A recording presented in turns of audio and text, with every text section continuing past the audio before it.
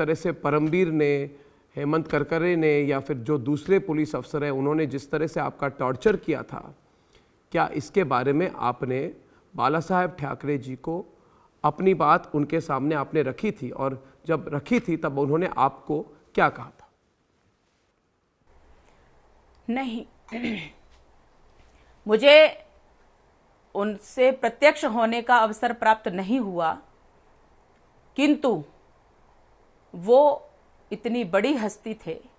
वो इतने कुशाग्र राजनीतिज्ञ थे, वो इतने कुशाग्र देशभक्त थे, इतने श्रेष्ठ देशभक्त थे कि वास्तव में मुंबई की पुलिस के षड्यंत्र, मुंबई की पुलिस की मानसिकता और कांग्रेसियों की मानसिकता और देशघातियों की मानसिकता उनको बहुत अच्छे से पता रहती थी। और इसलिए ये सच है कि मुंबई उनकी हुआ करती थी, मुंबई में क्या हो रहा है ये बहुत अच्छे से वो जानते थे। ये जो प्रकरण हुआ, जो हमें जिस तरह से वहां ले जाया गया, आप उस समय के अगर सामना पेपर उठा करके देखेंगे तो उनके जो वक्तव्य आते थे वो इतने ऐसे हुआ करते थे कि जनता को झकझोर देते थे और स्पष्ट बोलते थे, स्पष्ट कहते थे। वो मुझे कभी ये अवसर प्राप्त नहीं हुआ कि मैं उनको अपनी पीड़ा बता पाऊं, पर पता नहीं कैसे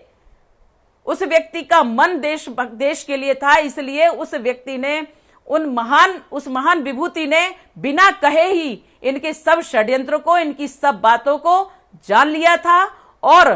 कहीं ना कहीं उनके लोग भी इसमें हुआ करते थे जो उन तक बात पहुंचाते थे, क्योंकि देशभक्त तो कहीं भी हो सकता है, तो कोई ना कोई देशभक्त होगा। मैं उसको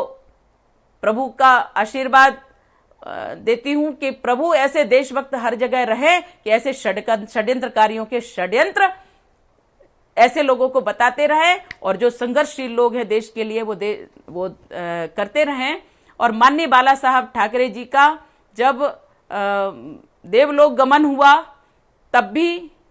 संभवतः मैं जेल में थी